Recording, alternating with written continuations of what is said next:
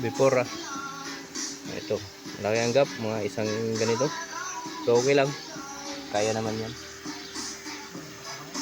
Degree pala nito is 11.25 degree.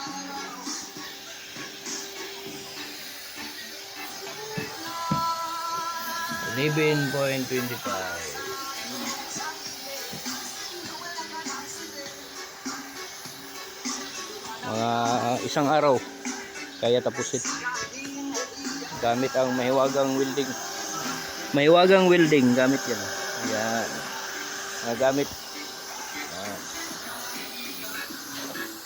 ito yung ano niya, bala,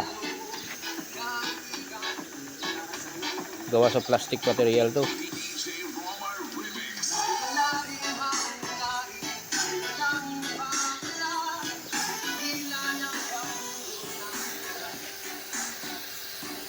Trying ko na to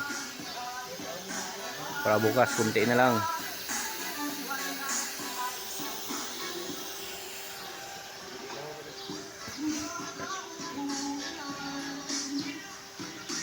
Degree nito is 11.25.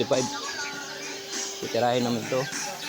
Linggo ngayon hanggang alas 4 lang, pero matatapos naman ito mga 70% siguro o 50.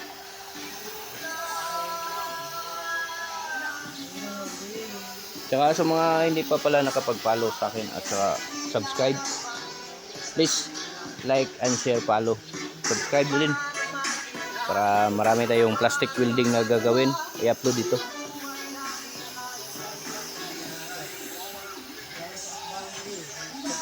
Ito pala 45 degree to 100% finish.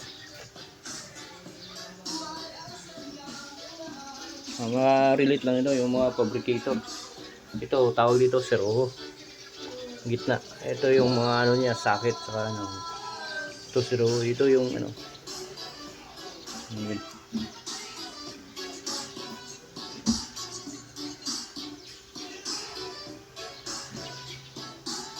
Haba ng proseso.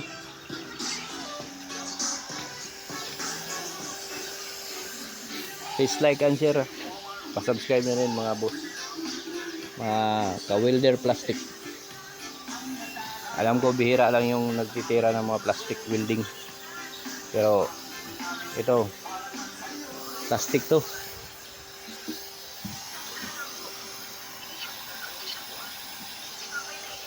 Yeah, salamat. Thank you.